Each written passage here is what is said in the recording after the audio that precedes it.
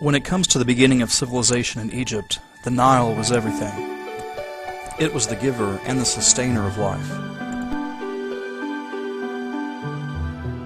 The Nile is the largest river in the world. Its southernmost origin is in Rwanda in Central Africa. It flows from south to north, winding its way through 4,000 miles of grasslands, mountains, and desert. As early as 6000 BC, humans began to settle along its river valley. The Nile's seasonal flooding provided rich, fertile soil in the floodplains, which enabled harvests to yield large crops and allowed the human population to explode. During the 4th millennium BC, two kingdoms emerged, the Lower Kingdom in the north and the Upper Kingdom in the south. Around 3200 BC, the two were united, and the new unified kingdom stretched 600 miles along the Nile. This unification would eventually culminate in the great kingdom ages of the pharaohs, named by the historians as the Old Kingdom, the Middle Kingdom, and the New Kingdom. This 1700-year stretch marked a time of supreme rule by the pharaoh and a flourishing of the arts, commerce, science, and medicine. The flourishing of the arts, particularly architecture, met with the absolute rule of the pharaoh in the form of the pyramids.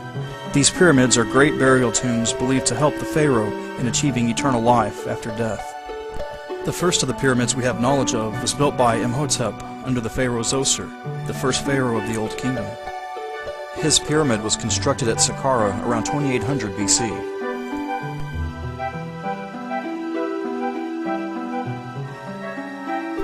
Also during the Old Kingdom, the three pyramids at Giza were built.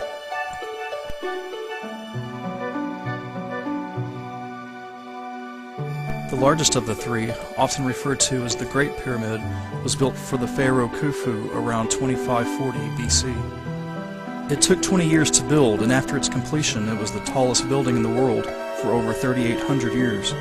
Of the seven wonders of the ancient world, it is the only one still standing.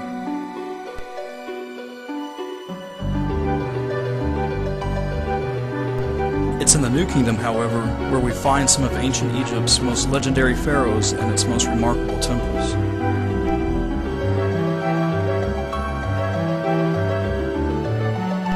King Tutankhamun ruled during this era.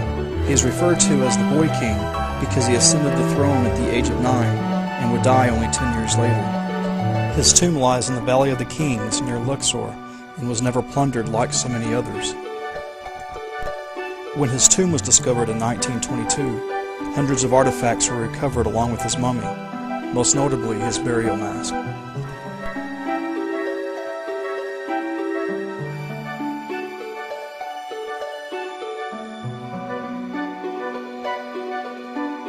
Today we are still intrigued by the mystery surrounding his death.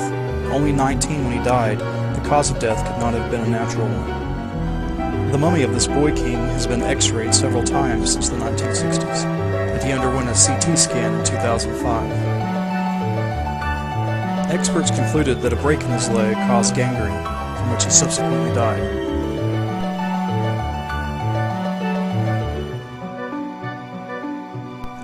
The New Kingdom's most powerful pharaoh, however, was Ramses II.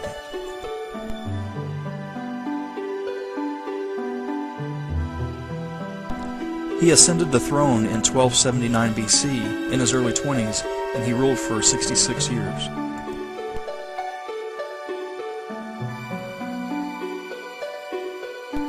He had many wives, and the most famous one was Nefertari, and he had over 100 children.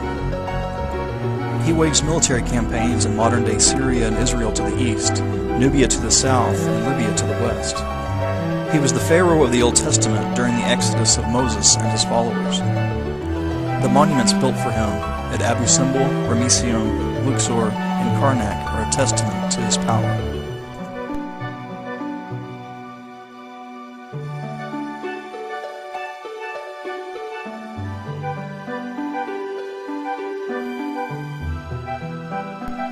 With the end of autonomous Egyptian rule after the fall of the New Kingdom, several area powers would come to reign over Egypt. Among those were the Ethiopians, the Libyans, and the Nubians. Then after 500 years, two of the great empires of the day invaded and established rule. The first of these were the Persians in 517 BC. Darius and Xerxes also ruled during this time. Persian rule would end when Alexander the Great defeated Darius III in 332 BC.